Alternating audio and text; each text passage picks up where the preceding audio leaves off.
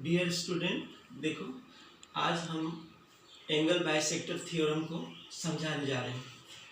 Angle bisector theorem क्या है कि किसी कोण का समद्विभाजक, जैसे ये कोण है, इसका समद्विभाजक जो है AD है।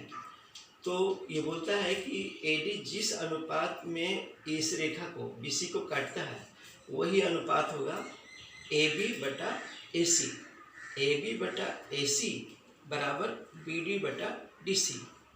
इसी को हमको प्रूव करना है कि यदि A एंगल 1 बराबर एंगल 2, अगर ऐसा हुआ तो ना, तो बोलता है कि किसी त्रिभुज में किसी कोण का समद्विभाजक, ये कोण का समद्विभाजक सामने की भुजा को, इस सामने की भुजा को उसी अनुपात में विभाजित करती है, वही रेशियो बनता है इतना बटा इतना। जिस अनुपात में उस कोण को बनाने वाली भुजाएं होती हैं, इस कोण को बनाने वाली भुजाएं, ये जो है ये कोण, इसको बनाने वाली भुजाएं जिस अनुपात में होगी, यानी AB बटा AC जिस अनुपात में होगी उसी अनुपात में BD बटा DC होगी। यही है।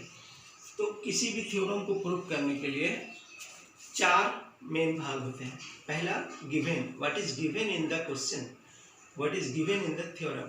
तो गिवन यही है कि त्रिभुज दिया गया है, गिवन है कि in triangle ABC angle 1 equal to angle 2, angle 1 बराबर angle 2 because it is an angle bisector. अब हमको RTP रिक्वायर्ड टू प्रूव सिद्ध करना है कि AB बटा AC यानी कि AB बटा AC बराबर BD बटा DC, ये BD बटा DC, यही प्रूव करना है। अब बनावट कंस्ट्रक्शन में हम क्या करेंगे कि ये जो AD रेखा है उसी के पैरेलल हम एक रेखा खींचेंगे EC, और हम इसको प्रोड्यूस कर देंगे, इसको बढ़ा देंगे, इसको बढ़ा देंगे E तक। और ये this line is parallel to this line, ये दोनों लाइन पैरेलल है। अब क्या है कि अब हम लोग क्या करते हैं, बनावट तो कर लिए, अब प्रमाण प्रूफ। अब देखना ये है कि चूंकि AD is parallel to EC, इसलिए एंगल 1 बराबर एंगल 4, क्यों, अल्टरनेट एंगल नहीं, corresponding angle, angle 1 equal to angle 4, these angles are corresponding angle, संगत कोण। हिंदी में इसे हम संगत कोण बोलेंगे और अंग्रेजी में इसे करस्पॉन्डिंग एंगल बोलेंगे। एंगल 2 बराबर angle 3, these two angles are alternate angle. Alternate angle का पहचान है कि वो Z टाइप का रहेगा, चाहे उल्टा Z हो चाहे सीधा Z हो। तो देखिए ये Z बन रहा है ऐसे ऐसे ऐसे, तो अल्टरनेट एंगल। तो एंगल 2 बराबर एंगल 3। अब हम फिर आते हैं कि चूंकि एंगल 1 4 के बराबर है, एंगल 2 3 के बराबर है, और एंगल 1 और 2 आपस में दोनों बराबर है, ये दोनों आपस में बराबर है। इसका मतलब है कि 3 और 4, angle 3 and angle 4 is also equal. मान लीजिए 30 डिग्री मानते हैं तो ये 30 हुआ, फिर ये इसको 30 मानते हैं तो ये 30 हुआ, फिर ये दोनों 30 30 है तो फिर ये दोनों 30 30 हो जाएगा। इस तरह से क्या होगा कि ये both the angles, angle 3 and angle 4 are equal. अब हम आ जाते हैं 9th क्लास में। 9th क्लास में क्या हम लोगों ने सीखा है कि सममुख कोणों की सम्मुख भुजाएं समान होती है।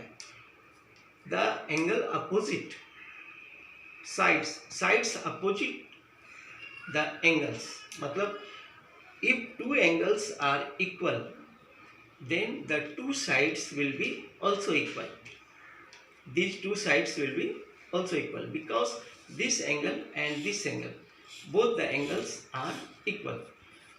कैसे कि अभी हमने देखा ये अल्टरनेट एंगल था, ये करस्पॉन्डिंग एंगल था, ये दोनों बराबर था, ये दोनों बराबर।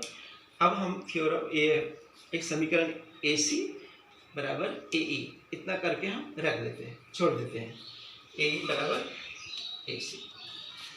हमने लिखा एंगल 1 बराबर एंगल 4, एंगल 2 बराबर एंगल 3, इसलिए ये दोनों एंगल बराबर है, इसलिए ये दोनों बराबर होगा। कारण क्या था, एंगल 3 बराबर एंगल 4, समान कोणों की समभुजाएं समान होती है ना।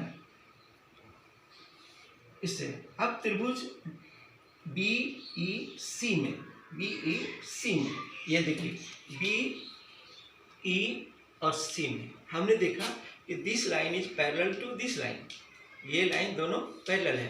तो जहाँ दो रेखा समांतर हो जाएगी वहाँ क्या होगा, थेल्स प्रमेय लागू हो जाएगा। तो थेल्स थ्योरम बोलता है कि किसी त्रिभुज में यदि किसी एक भुजा के समांतर कोई रेखा खींची जाए तो अन्य दो भुजाएं एक ही अनुपात में विभाजित होती है। तो ये त्रिभुज ले रहे हैं BEC, इसमें ये और ये पैरेलल है, इसलिए थेल्स थ्योरम लागू हो जाएगा। इसलिए BA बटा AE बराबर BD बटा DC, इसे समझ लीजिए। BA बटा AE बराबर BD बटा DC। अभी हम इस लाइन को मूंद देते हैं, माने इसकी आवश्यकता नहीं है। अच्छा, अब हम क्या करते हैं, तो इससे हम यहाँ पर आ गए BA बटा AE बराबर BD बटा DC। अब BA को हम AB भी लिख सकते हैं, और अभी हम तुरंत प्रूफ कर चुके हैं कि this line is equal to this line, ये लाइन और ये लाइन दोनों बराबर है। तो हम AE के जगह पर हम AC लिख सकते हैं, AE की जगह पर AC लिख दिए, और BD बटा DC यही हमको प्रूफ करना था, QED यही प्रूफ करना था। The theorem is proofed.